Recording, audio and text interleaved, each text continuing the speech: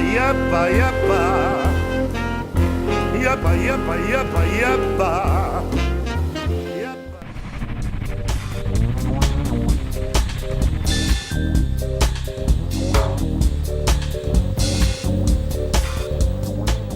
Cuando se empieza a generar la situación en la cual un partido político o una coalición de partidos políticos se quedan con todo el poder y van a escoger todos los funcionarios de todas las ramas del poder público, obviamente la gente empieza a desconfiar. See, it started when she was an only kid. 4, 5, 6 when she noticed it. That look of surprise up in the mama's eyes. Just a smile wide-eyed as that fire hit. And the way that it fed. Hay una pérdida porque es una inversión que podría haberse dado en su país de origen. When Jolene lighted it. And the way she always was hiding it. To herself and others denying it. Even after the doctors in order to stop, cause it was robbing her soul and she died it. But she cursed them all in their holiness. Called them frauds, practicing loneliness. La verdad es que la Florida es una comunidad bilingüe y seguramente esto facilitará mucho la tarea de los empresarios.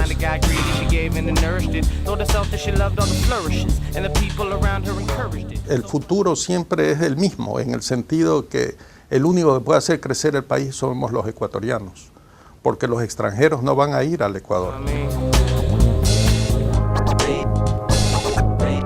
Venezuela ha perdido muchos talentos, ha perdido muchos profesionales, ha perdido las nuevas generaciones que se han formado en Venezuela.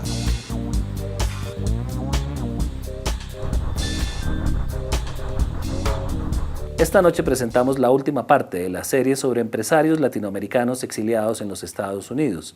En el análisis y las conclusiones finales nos van a acompañar el exsecretario general de la OEA durante 2 periodos, César Gaviria, el expresidente colombiano Ernesto Samper, el profesor Miguel Dávila y el profesor Eduardo Gamarra de la Universidad Internacional de Florida, uno de los investigadores sobre el impacto que tienen estos empresarios en la economía de Florida, así como el periodista del Miami Herald, Gerardo Reyes. Bienvenidos.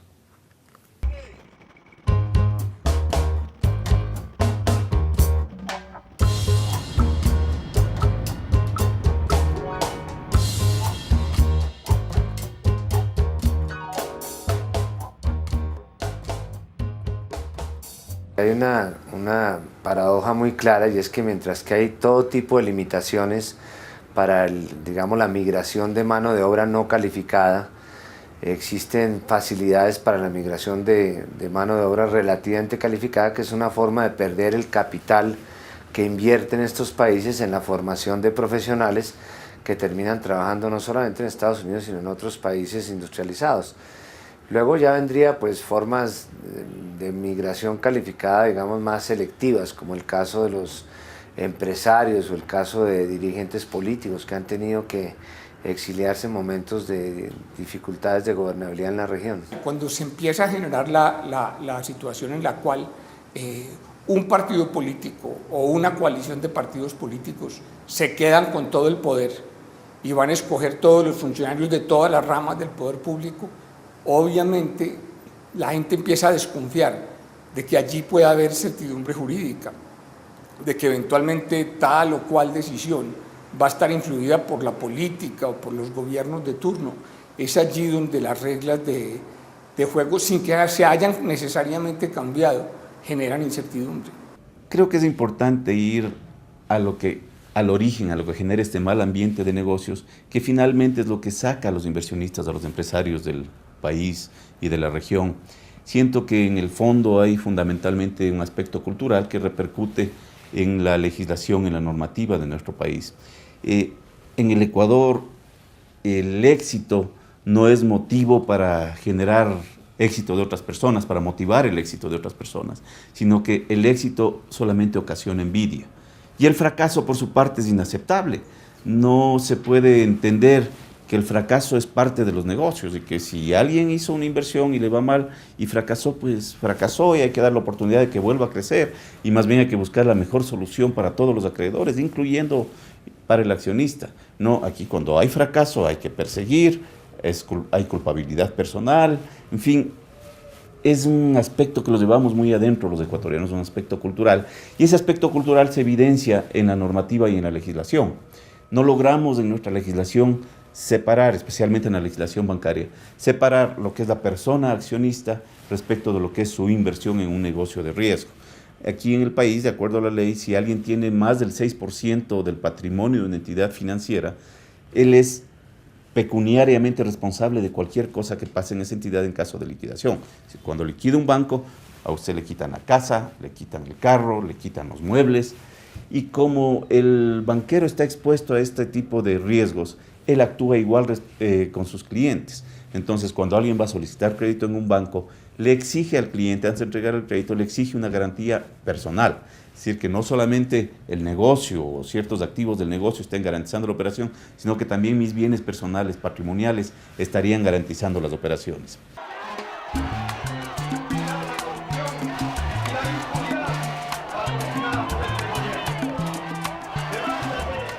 Hay preocupación en todos los países por tratar de crear unas reglas para la inversión de manera genérica. Es una lástima que el Acuerdo de Libre Comercio, el ALCA de Latinoamérica y Estados Unidos y Canadá no terminó produciendo todos sus resultados por unos retrasos que ha habido en las negociaciones de Doha, en las negociaciones de la Organización Mundial de Comercio.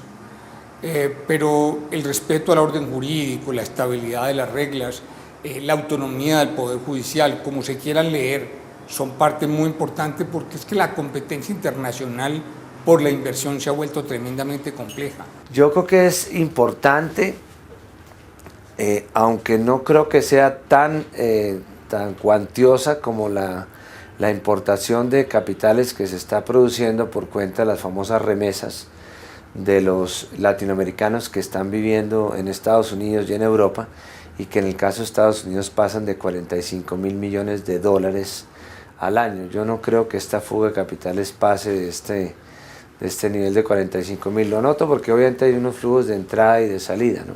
Históricamente no ha habido una real autonomía del sector judicial. Los gobiernos de tiempo en tiempo, autoritarios, dictatoriales, siempre conservaron esa costumbre de tratar de participar, de influir la justicia. El que se cercene la autonomía del sector judicial, el que se intervenga el sector judicial, cualesquiera que sea la modalidad, le hace un gran daño. Entre otras cosas porque la justicia es parte de los contrapesos que se necesitan para que haya democracia. La gente a veces cree que democracia simplemente es que las mayorías ganen y que haya gobiernos de mayoría, pero la democracia es mucho más que eso. La democracia es contrapesos, que operen los otros poderes, que opere el legislativo, que opere la justicia, que no se puedan tomar decisiones autoritarias. Eso es fundamental para que haya democracia, porque en realidad cuando se habla de respeto del Estado de Derecho, de respeto de las reglas de juego, lo que se significa es eso, o sea, no es simplemente que hay unas normas para proteger a unos inversionistas y hay que hacerlas respetar, mucho más que es un entorno que de veras de seguridad jurídica, que no cree temor de que en el futuro esa independencia o esa autonomía va a ser cercenada y que los jueces sean probos y de que si cometen faltas se puedan sancionar. Es todo ese andamiaje lo que es fundamental. Si a un inversionista le preguntan ¿qué es lo más importante para invertir en un país? Casi siempre te dice, no, la certidumbre jurídica. O sea, si yo hay certidumbre jurídica, yo me meto, yo tomo los riesgos. Si no la hay, no importa qué oportunidades haya, yo no me meto. Hay países que han logrado conseguir una gran estabilidad y otros que no. Y los países tienen que aprender a hacerlo. Yo creo que las dolorosas experiencias terminarán por convencer a los dirigentes políticos de todas las regiones de que la certidumbre jurídica es parte fundamental del crecimiento.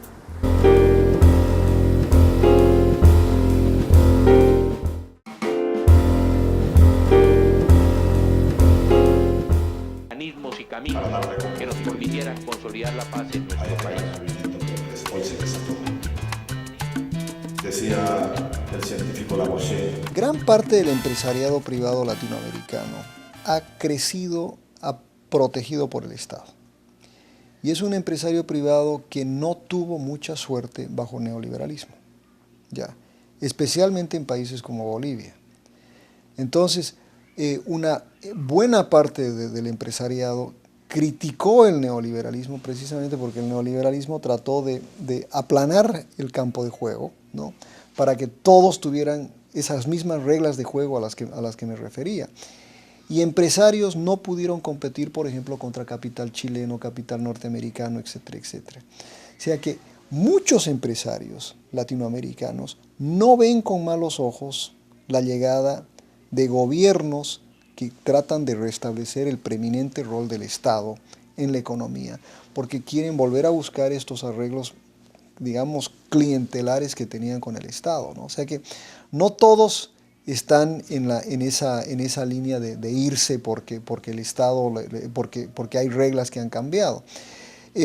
Pero sí, lo que sabemos es de algunos que se fueron y que tratan de competir en otros lugares, no logran hacerlo y tienen que regresar a sus países y tratar de reinsertarse en los lugares que dejaron, ¿no? Y eso es difícil, porque al final cuando uno se va y vuelve y tiene que volver a comenzar, es muy difícil. Pero preferible cuando uno, por eso volviendo al tema anterior, no tendremos reglas estables, pero sí tenemos resultados ciertos, ¿no? Entonces, si tú me garantizas que yo voy a ganar dinero, a mí no me importa que cambies las reglas. Y en parte eso es lo que el autoritarismo nos dio en América Latina. Hay países que han sido tradicionalmente respetuosos de la autonomía de los poderes y otros en que eso no es importante. Pero digamos, yo diría que es el componente más crítico de una verdadera democracia, la autonomía y la separación de los poderes. En el momento que tú sacrificas eso, estás haciendo un sacrificio enorme de tipo democrático y de tipo económico.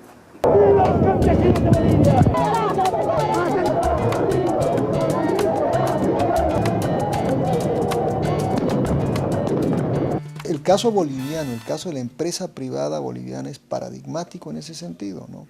Una empresa privada totalmente dependiente del Estado, ¿no? Y el neoliberalismo, precisamente por eso es que Sánchez de Lozada tuvo tanta oposición hasta dentro de la misma empresa privada boliviana. En la medida en que se quebrantan contratos y se desconocen situaciones que se dieron con certidumbre jurídica o inversiones que se dieron con certidumbre jurídica, pues es difícil que se pueda imaginar que eso beneficia al crecimiento económico. Eso pueden ser medidas de naturaleza y alcance político, pero no tendría yo dudas de que pueden afectar de manera sensible el desarrollo económico de ese país. Sánchez de Lozada es probablemente el único boliviano dueño de una transnacional. Es decir, él tenía una transnacional muy importante que era la Compañía Minera del Sur, Comsur, con inversiones muy importantes en Bolivia y en otros países de la región, con grandes alianzas con empresas norteamericanas, etc. Un individuo que obviamente trató de poner sus conocimientos empresariales para manejar un país. Fue un presidente que transformó a Bolivia, no solo desde el año 86 al 90 con el programa de estabilización, pero del 93 al 97 con un programa de reforma, pero verdaderamente significativo, que mucha gente hoy lo critica por el neoliberalismo y por todo lo que el neoliberalismo significa. Yo tengo una opinión muy diferente. Yo creo que la transformación que hizo Sánchez de Lozada en los años 90 es tan significativa como la transformación que tuvo Bolivia en los años 50 durante la revolución. Democratizó el país, profundizó la democracia boliviana, ¿no? Hizo un programa de participación popular que fue verdaderamente notable, ¿no? Que descentralizó el país. Y se inventó una norma, una forma de privatizar que la denominó capitalización, que era darle 50% de las acciones más administración al empresario extranjero o al empresario privado, justamente para que capitalice la empresa. Y el restante, el 50%, fue dado básicamente para reformar un sistema de pensiones, de tal manera que la forma en la que se vendió fue que cada boliviano era dueño de 50% de las acciones de 7 empresas que se capitalizaron. Por varias razones, ese modelo funcionó en algunos lugares y no funcionó en otros.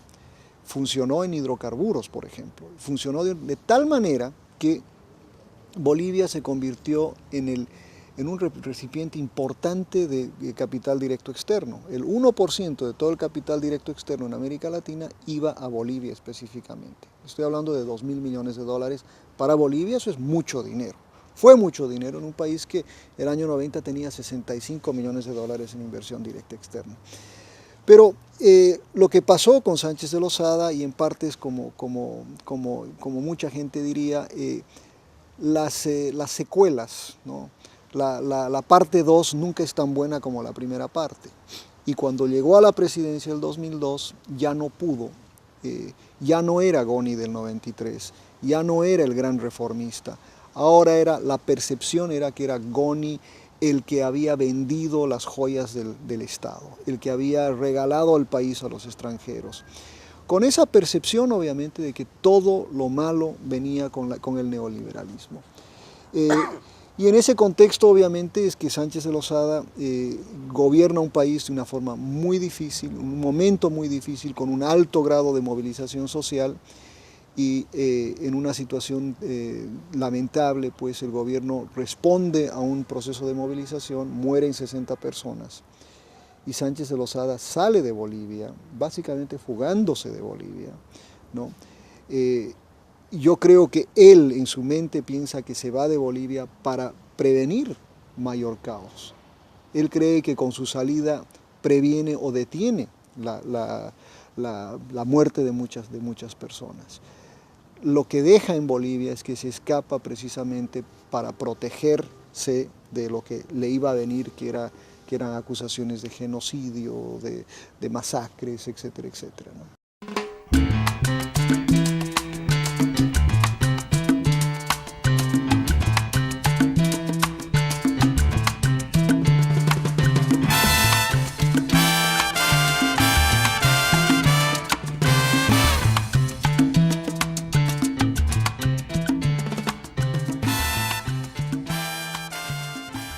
Las situaciones de violencia que se generaron y que se han generado en Colombia desde hace muchos años, pero las que se generaron en los 90, en mediados y fines de los 90 y comienzos del 2000 afectaron muchísimo la economía colombiana, al punto de que por primera vez desde que se llevan cuentas nacionales, o sea, desde los años 30 del siglo XX, Colombia tuvo aún tasas de crecimiento negativas, creo que fue en el 99, que una tasa negativa de crecimiento, de manera que el influjo en general sobre la economía fue muy adverso. Muchos de ellos vienen por la inseguridad de Colombia, ¿no?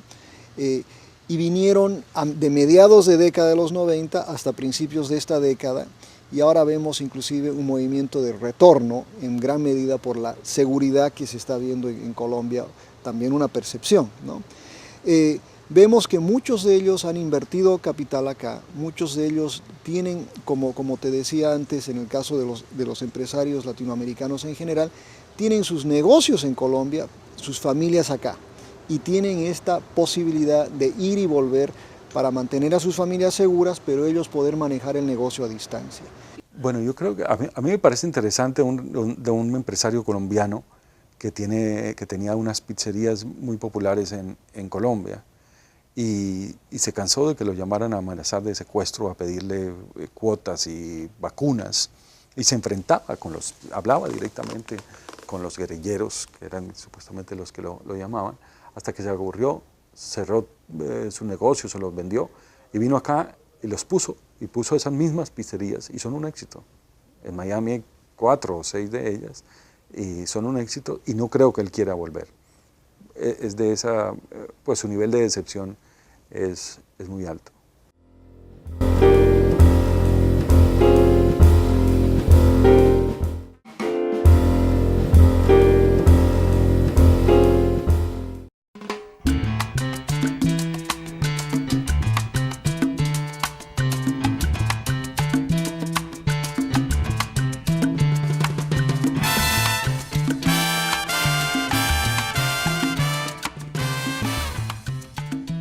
El clima de inversión ha funcionado bastante mejor después de la crisis de la deuda de los 80s. Hay un resurgimiento del mercado, hay el convencimiento de que la inversión y los inversionistas son fundamentales para el desarrollo económico, y los problemas que empiezan a aparecer no son tanto de esa naturaleza o no, de esa cosa un poco excesivamente estatista que tuvimos en América Latina, de desconfianza hacia los inversionistas. Los problemas que empiezan a surgir son problemas de estabilidad jurídica, de reglas de juego, y también en muchos casos de acciones de la justicia, acciones que en algunos casos no parecieran ser totalmente independientes.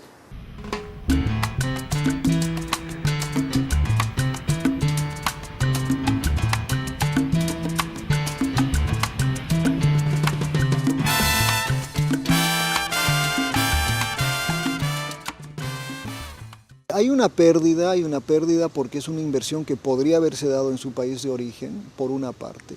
Pero segundo, simplemente considera lo siguiente, ¿no? Un país como Colombia ha invertido mucho en la educación de estos individuos. Es una inversión que Colombia hizo, ¿no?, digamos 12 o 14 o 16 años desde primaria hasta universidad. Ese individuo viene acá y utiliza sus talentos en este país, no en su país. Esa es una pérdida neta para el país de origen. La migración casi siempre produce beneficios de ambos lados. No hay para qué dejarse vender historias de que la migración es mala para un país y buena para otro. Exceso de migración obviamente le hace daño a un país y a una economía, pero algo de migración ayuda como a restablecer la demanda y la oferta en el mercado de determinados funcionarios. Los países, y no solo los Estados Unidos, que tienen una política de inmigración, tal vez el mejor ejemplo Canadá, reciben enormes beneficios de que llegue gente con talento, con experiencia, con conocimientos a vivir. Una economía tiene mucho que ganar de eso. También desde luego gana cuando llegan trabajadores no calificados que toman oficios y trabajos que otro tipo de ciudadanos no toman. Las economías se benefician. Un país de la dimensión de los Estados Unidos o de la dimensión de Canadá, cuando recibe inmigración, recibe un enorme beneficio económico e inclusive político. Estos debates que, digamos, se están dando en Estados Unidos son un poco equívocos, esconden en gran medida mucha de la realidad que hay detrás, y es que esas economías necesitan la gente que les está llegando, de todos los estratos. Obviamente se beneficia más cuando llega un ingeniero, cuando llega un médico, o cuando llega un abogado bien entrenado, se benefician más, pero de todos modos ganan muchísimo. Y lo que hay allí son los fantasmas de que nos quitan los trabajos y no sé qué, pero no es verdad. En general corresponden a necesidades muy grandes. Países como Estados Unidos y Canadá tienen políticas de inmigración desde hace décadas y en general reciben gente que la economía y esos países necesitan. La diáspora que ha habido de latinoamericanas hacia Miami ha ayudado a que esa ciudad esté viviendo un verdadero boom. Y mucho de ello tiene que ver con la diáspora de hombres de negocios que han llegado a la Florida y que han ayudado a revitalizar esa economía. El respeto al Estado de Derecho, la certidumbre jurídica en un país como Estados Unidos pues es altísimo, o sea, allá no tienen ese tipo de temores. En general las inversiones en nuestros países pueden o deben ser más rentables, pero pues tienen menos riesgos, tienen muchos menos riesgos de los que se toman en nuestros países. Y eso desde luego genera un atractivo muy, muy interesante. Lo que queda claro después de oír a estos importantes personajes analizando el impacto de la migración de los empresarios es que en nuestro continente todavía falta bastante para establecer reglas claras que no se modifiquen al vaivén de los acontecimientos políticos y que le permitan al inversionista, al capitalista local, nacional, tener las mismas reglas de juego y la misma certeza con las que se trata de invertir al capital extranjero. Creo que ha sido una serie muy interesante para todos y muchas gracias por habernos acompañado durante estos 6 episodios. Buenas noches.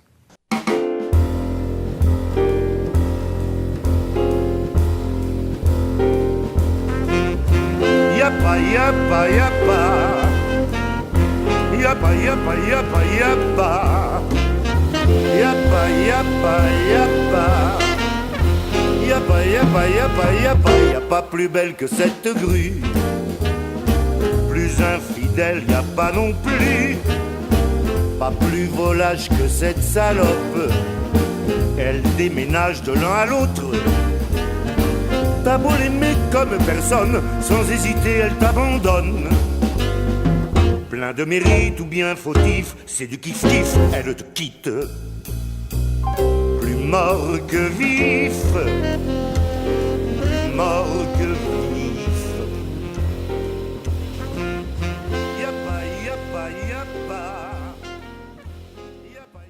Quieren volver a buscar estos arreglos, digamos, clientelares que tenían con el Estado, ¿no? O sea que no todos están en esa línea de irse porque el Estado, porque hay reglas que han cambiado. Pero sí, lo que sabemos es de algunos que se fueron y que tratan de competir en otros lugares, no logran hacerlo y tienen que regresar a sus países y tratar de reinsertarse en los lugares que dejaron, ¿no? Y eso es difícil, porque al final cuando uno se va y vuelve y tiene que volver a comenzar, es muy difícil, pero preferible cuando uno, por eso volviendo al tema anterior, no tendremos reglas estables, pero sí tenemos resultados ciertos, ¿no? Entonces, si tú me garantizas que yo voy a ganar dinero, a mí no me importa que cambies las reglas. Y en parte eso es lo que el autoritarismo nos dio en América Latina. Hay países que han sido tradicionalmente respetuosos de la autonomía de los poderes y otros en que eso no es importante. Pero digamos, yo diría que es el componente más crítico de una verdadera democracia, la autonomía y la separación de los poderes. En el momento que tú sacrificas eso, estás haciendo un sacrificio enorme de tipo democrático y de tipo económico.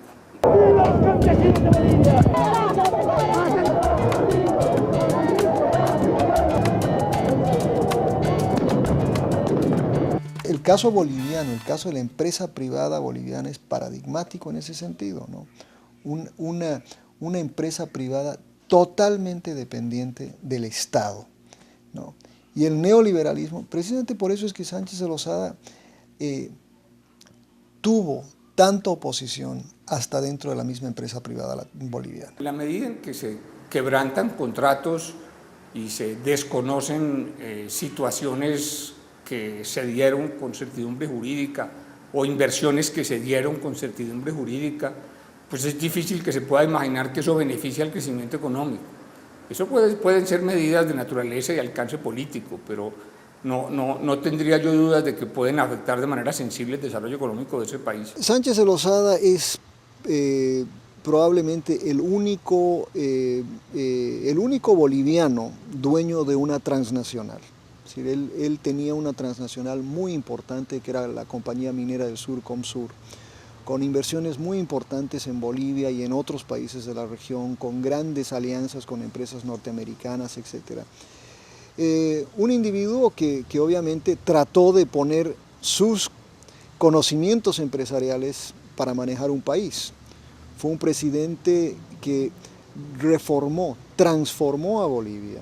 No solo desde el año 86 al 90 Bolivia es que se escapa precisamente para protegerse de lo que le iba a venir, que eran acusaciones de genocidio, de masacres, etcétera, etcétera, ¿no?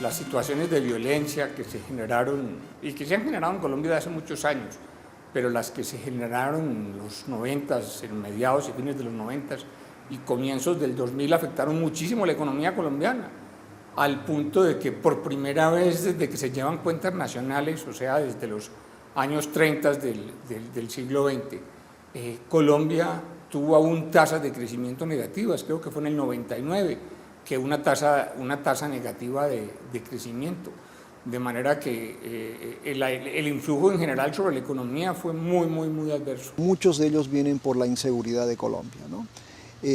y vinieron de mediados de década de los 90 hasta principios de esta década, y ahora vemos inclusive un movimiento de retorno en gran medida por la seguridad que se está viendo en Colombia, también una percepción, ¿no? Vemos que muchos de ellos han invertido capital acá, muchos de ellos tienen, como te decía antes, en el caso de los empresarios latinoamericanos en general, tienen sus negocios en Colombia, sus familias acá, y tienen esta posibilidad de ir y volver para mantener a sus familias seguras, pero ellos poder manejar el negocio a distancia. Bueno, yo creo que a mí me parece interesante de un empresario colombiano que tenía unas pizzerías muy populares en Colombia, y se cansó de que lo llamaran a amenazar de secuestro, a pedirle cuotas y vacunas, y se enfrentaba hablaba directamente con los guerrilleros, que eran supuestamente los que lo llamaban, hasta que se aburrió, cerró su negocio, se los vendió, y vino acá y puso esas mismas pizzerías, y son un éxito. En Miami hay 4 o 6 de ellas, y son un éxito, y no creo que él quiera volver. Es de esa, pues su nivel de decepción es muy alto.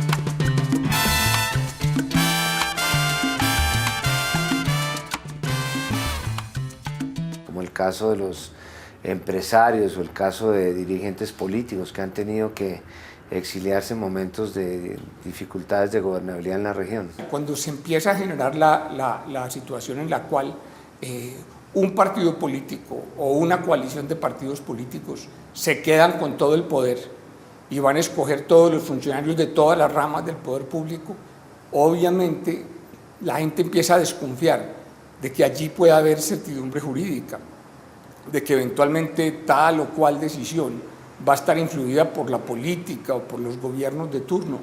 Es allí donde las reglas de juego, sin que se hayan necesariamente cambiado, generan incertidumbre. Creo que es importante ir al origen, a lo que genera este mal ambiente de negocios, que finalmente es lo que saca a los inversionistas, a los empresarios del país y de la región. Siento que en el fondo hay fundamentalmente un aspecto cultural que repercute en la legislación, en la normativa de nuestro país. En el Ecuador, el éxito no es motivo para generar éxito de otras personas, para motivar el éxito de otras personas, sino que el éxito solamente ocasiona envidia. Y el fracaso, por su parte, es inaceptable. No se puede entender que el fracaso es parte de los negocios y que si alguien hizo una inversión y le va mal y fracasó, pues fracasó y hay que dar la oportunidad de que vuelva a crecer y más bien hay que buscar la mejor solución para todos los acreedores, incluyendo para el accionista. No, aquí cuando hay fracaso hay que perseguir, hay culpabilidad personal, en fin, es un aspecto que lo llevamos muy adentro los ecuatorianos, un aspecto cultural, y ese aspecto cultural se evidencia en la normativa y en la legislación. No logramos en nuestra legislación separar, especialmente en la legislación bancaria, separar lo que es la persona accionista respecto de lo que es su inversión en un negocio de riesgo. Aquí en el país, de acuerdo a la ley, si alguien tiene más del 6% del patrimonio de una entidad financiera, él es pecuniariamente responsable de cualquier cosa que pase en esa entidad en caso de liquidación. Cuando liquida un banco, a usted le quitan la casa, le quitan el carro, le quitan los muebles, y como el banquero está expuesto a este tipo de riesgos, él actúa igual con sus clientes. Entonces, cuando alguien va a solicitar crédito en un banco, le exige al cliente, antes de entregar el crédito, le exige una garantía personal. Es decir, que no solamente el negocio o ciertos activos del negocio estén garantizando la operación, sino que también mis bienes personales, patrimoniales, estarían garantizando las operaciones.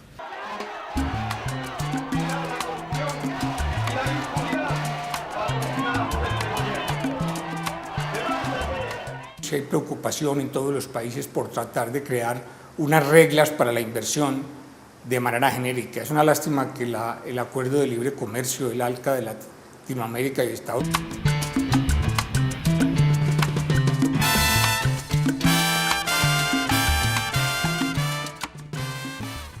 Hay una pérdida porque es una inversión que podría haberse dado en su país de origen, por una parte. Pero segundo, simplemente considera lo siguiente, ¿no? Un país como Colombia ha invertido mucho en la educación de estos individuos. Es una inversión que Colombia hizo, ¿no? Digamos, 12 o 14 o 16 años desde primaria hasta universidad. Ese individuo viene acá y utiliza sus talentos en este país, no en su país. Esa es una pérdida neta para el país de origen. La migración casi siempre produce beneficios de ambos lados. No hay para qué dejarse vender historias de que la migración es mala para un país y buena para otro. Exceso de migración obviamente le hace daño a un país y a una economía, pero algo de migración ayuda como a restablecer la demanda y la oferta en el mercado de determinados funcionarios. Los países, y no solo los Estados Unidos, que tienen una política de inmigración, tal vez el mejor ejemplo Canadá, reciben enormes beneficios de que llegue gente con talento, con experiencia, con conocimientos a vivir. Una economía tiene mucho que ganar de eso. También, desde luego, gana cuando llegan trabajadores no calificados que toman oficios y trabajos que otro tipo de ciudadanos no toman. Las economías se benefician. Un país de la dimensión de los Estados Unidos o de la dimensión de Canadá, cuando recibe inmigración, recibe un enorme beneficio económico e inclusive político. Estos debates que, digamos, se están dando en Estados Unidos son un poco equívocos, esconden en gran medida mucha de la realidad que hay detrás, y es que esas economías necesitan la gente que les está llegando, de todos los estratos. Obviamente se beneficia más cuando llega un ingeniero, cuando llega un médico, o cuando llega un abogado bien entrenado, se benefician más, pero de todos modos ganan muchísimo. Y lo que hay allí son los fantasmas de que nos quitan los trabajos y no sé qué, pero no es verdad. En general corresponden a necesidades muy grandes. Países como Estados Unidos y Canadá tienen políticas de inmigración desde hace décadas y en general reciben gente que la economía y esos países necesitan. La diáspora que ha habido de latinoamericanas hacia Miami ha ayudado a que esa ciudad esté viviendo un verdadero boom, y mucho de ello tiene que ver con la diáspora de hombres de negocios que han llegado a la Florida y que han ayudado a revitalizar esa economía. El respeto al Estado de Derecho, la certidumbre jurídica en un país como Estados Unidos, pues es altísimo, o sea, lo que es fundamental. Si a un inversionista le preguntan qué es lo más importante para invertir en un país, casi siempre te dice, no, la certidumbre jurídica. O sea, si yo hay certidumbre jurídica, yo me meto, yo tomo los riesgos. Si no la hay, no importa qué oportunidades haya, yo no me meto. Hay países que han logrado conseguir una gran estabilidad y otros que no, y los países tienen que aprender a hacerlo. Yo creo que las dolorosas experiencias terminarán por convencer a los dirigentes políticos de todas las regiones de que la certidumbre jurídica es parte fundamental del crecimiento.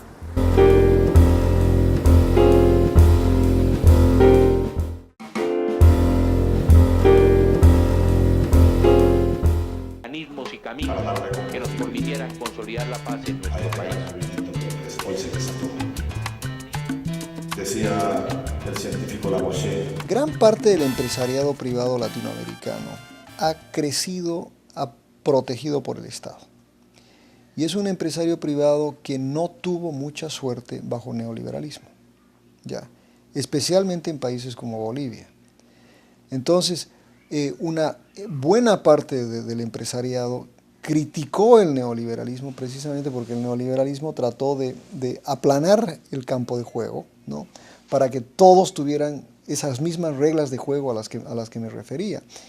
Y empresarios no pudieron competir, por ejemplo, contra capital chileno, capital norteamericano, etcétera, etcétera. O sea que muchos empresarios latinoamericanos no ven con malos ojos la llegada de gobiernos que tratan de restablecer el preeminente rol del Estado en la economía, porque quieren volver a buscar estos arreglos, digamos, clientelares que tenían con el Estado, ¿no? O sea que no todos están en esa línea de irse porque el Estado, porque hay reglas que han cambiado.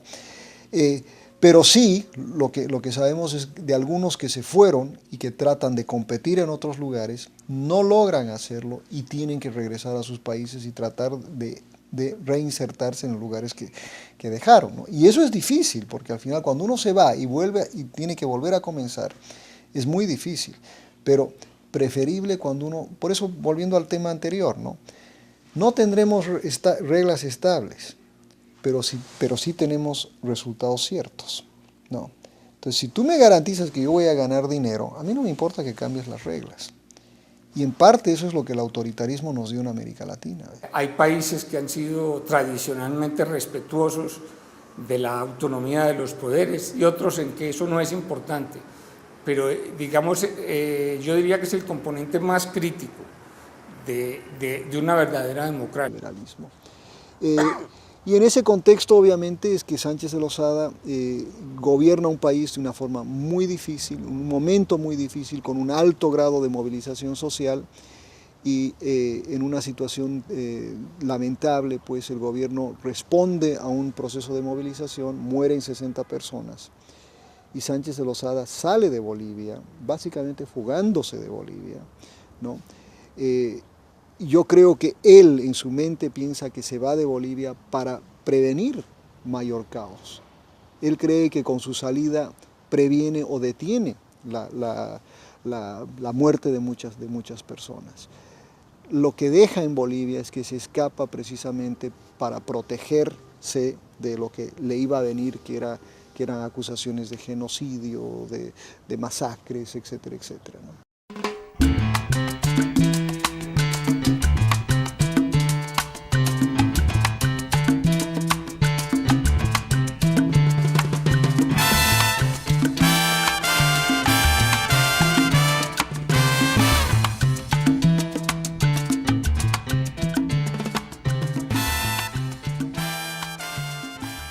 Las situaciones de violencia que se generaron y que se han generado en Colombia desde hace muchos años, pero las que se generaron en los 90s, en mediados y fines de los 90s y comienzos del 2000 afectaron muchísimo la economía colombiana, al punto de que por primera vez desde que se llevan cuentas nacionales, o sea, desde los años 30 del siglo XX, Colombia tuvo aún tasas de crecimiento negativas, creo que fue en el 99, que una tasa negativa de crecimiento, de manera que el influjo en general sobre la economía fue muy adverso. Muchos de ellos vienen por la inseguridad de Colombia, ¿no? Y vinieron de mediados de década de los 90 hasta principios de esta década, y ahora vemos inclusive un movimiento de retorno en gran medida por la seguridad que se está viendo en Colombia, también una percepción, ¿no? Vemos que muchos de ellos han invertido capital acá, muchos de ellos tienen, como te decía antes, en el caso de los empresarios latinoamericanos en general, tienen sus negocios en Colombia, sus familias acá, y tienen esta posibilidad de ir y volver para mantener a sus familias seguras, pero ellos poder manejar el negocio a distancia. Bueno, yo creo que a mí me parece interesante de un empresario colombiano que tenía unas pizzerías muy populares en Colombia. Y se cansó de que lo llamaran a amenazar de secuestro, a pedirle cuotas y vacunas, y se enfrentaba hablaba directamente con los guerrilleros, que eran supuestamente los que lo llamaban, hasta que se aburrió, cerró su negocio.